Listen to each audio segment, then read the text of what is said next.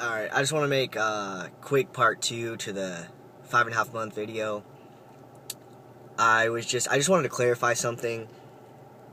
When I said, like, we always joke, my coworkers and I always joke about, like, the transition and stuff. It's not all the time. It's been, like, a couple of times out of this 5.5 months. So, one time, my coworker was talking about how he read the book Pinocchio to his son, and then he looked up at me and he was like, and, I thought we laughed. It was funny.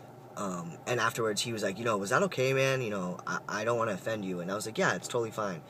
Another time, there's been like maybe a handful of times that's happened. I don't let people, like if someone came up to me every day and they were like, what's up, Pinocchio? I'd be like, knock that shit off. I'm not going to allow someone to be rude to me. But if it's all in good fun and we're joking about it sometimes, it's fine. So I don't let that stuff happen to me, on a day-to-day basis. It's just every once in a while.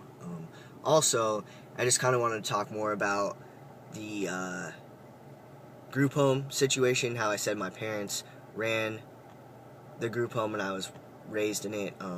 That's also why my parents, like I said in the previous video, are so cool about this. They've seen everything. Before they ran group homes, they worked with the mentally handicapped, just teaching them everyday life skills, like how to shower, how to do this, how to do that. They dealt with their parents who were drug abusers. They dealt with everything. Same with the group home, teaching the girls life skills.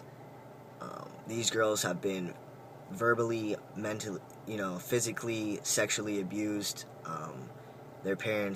Some of their parents, they had mental problems themselves. I mean, it was just like every story you could imagine would come and go in that house. So my parents have seen everything. That's why they don't care about this. It's not a big deal.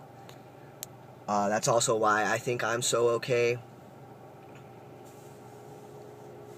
with anything bad that's ever happened to me, anything negative that's ever happened to me, because I was on the privileged side. We lived in one house. The girls had their rooms. I had my room. My parents had their room. We lived in one house. I was on the privileged side of it, so I always had kind of like this guilty feeling. Even though I don't have to be guilty. It's just I always felt that way. Anytime I needed shoes, clothes, wanted to go to basketball camp, wanted anything, I got it.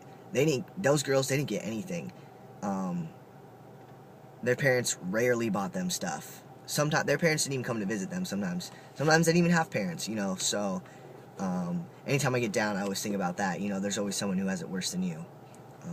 That's also why I might want to do that when I'm older, because I saw everything. I saw how my parents ran the group home. I saw the ins and outs of it, and it's really close to me. But also, I really want to help the transgender youth, just because obviously that's close to me too. So I just want to clarify those two things. And one more thing that always makes me mad: in movies, they always make social workers seem like assholes. And yeah, some of them are, but not my parents. My parents would get phone calls from different agencies asking them to work for them. Hey, can you guys please come here? We heard you're the best. Because my parents are so selfless.